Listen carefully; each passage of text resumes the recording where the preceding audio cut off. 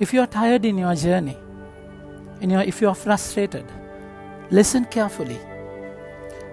18th week in ordinary time, 2nd of August, Monday reflection. God has taken you out of slavery and taken you to the desert to get you to the promised land. So in the desert, all the mud, all the dirt, He will take out. So in the pain, sometimes we are prone to think that our past slavery is a sweet yoke. So we compare the present struggle. We compare the present struggle to the past slavery. So same thing happened to the people of Israel.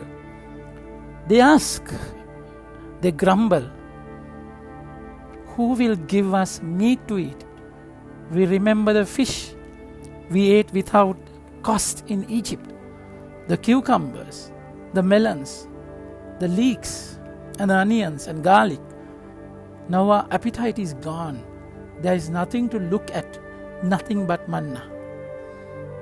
See the attitude. So they remember only the pleasure, not the curtailed freedom. They remember, they forget that they were slaves. Momentary happiness will take you to that slavery. In the same way, with our lives also. So that illegal affair, that addiction that we go through sometimes, we don't remember the curtailed freedom. The real joy is lost, isn't it? So but then we miss the momentary thrill, and we fall back into the past memories, and we hate the cross that we have to take now. Manna, they used to enjoy it. It was like honey. It was tasty. But then monotony of life has caused them frustration. Sometimes in your marriage also, in your daily routine, we begin to compare our past, because that momentum, that monotonous way of life has caused that frustration, because you don't experience Him at all. So in the journey, you're called to experience Him and enjoy the joy of freedom. But then you're lost. The reason why you complain the Lord that you miss that thrill with sin in the past. You forget the trauma, agony in slavery. That's exactly why people were grumbling. So sometimes what God has given is not momentary happiness. That happiness will come through a cross, a desert. That's exactly where you will fall when you forget the journey. My dear friends, today in the gospel we find how Jesus saw them, how Jesus saw the people suffering, and He wanted to strengthen them, give them whatever they want. So you forget that you have a God, you have Abba above you, looking at you, seeing, catering to all your needs in the appropriate time, in the appropriate way, and in the appropriate measure. That you forget it. That you completely forget it. Moses was saying, "Why have you treated your servant so badly? Is it because you do not love me that you burden me with these people? Did I conceive all these people? And did I give them birth? And now you want me to carry them in my bosom as a nurse carries an infant to the land you promise and on oath to their fathers." See the irony here. Moses is asking the Lord, they are not my children. So in the other way, they are God's children. Like a mother He will nurture them, cuddle them, carry them through the desert. Isaiah 49 verse 15, it is said, "Even a mother forgets you, I will never forget you, my child."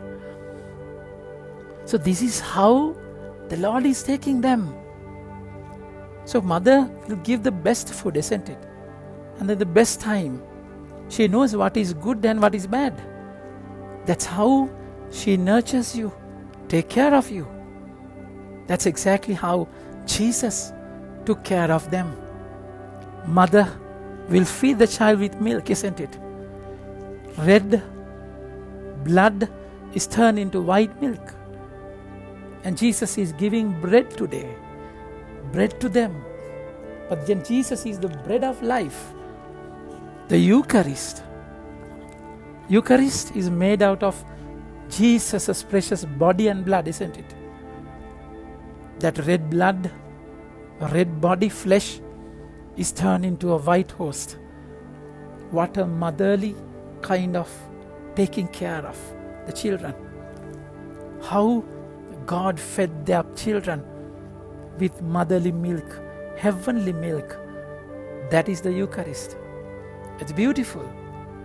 It's beautiful how the Lord took care of them through Jesus.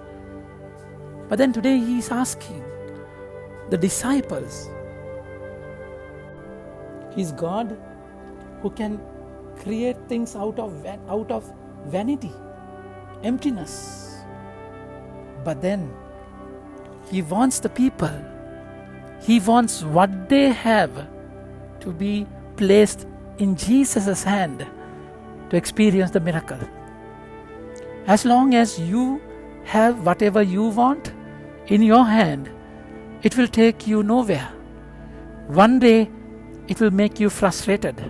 You will never be satisfied because what you have is in your hands.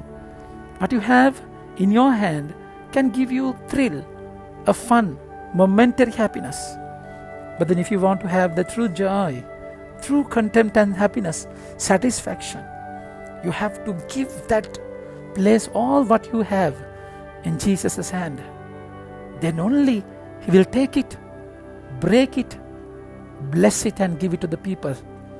And people were satisfied. That's how Jesus is training the disciples. You give them something to eat. Disciples were planning to send them away because it was evening. They were passing the ball. They are not taking the responsibility. But Jesus is the true shepherd, teaching them. Now we are responsible of taking care of our loved ones. It's your responsibility. How Moses was broken in the wilderness. Moses was asked, how can I give them meat? But then He's a mediator who went before the Lord and pleaded before Him. And God served them with meat. So that's how we make our ends meet. When we go to Him and surrender our lives to Him completely, all what I have in my hand, theoretically, with my intelligence, it's useless, meaningless. But the moment I keep that trust, take that step in darkness, leap in the darkness to place everything in Jesus' hand, then only the miracle would happen, satisfying you and satisfying others to the brim. That is the calling.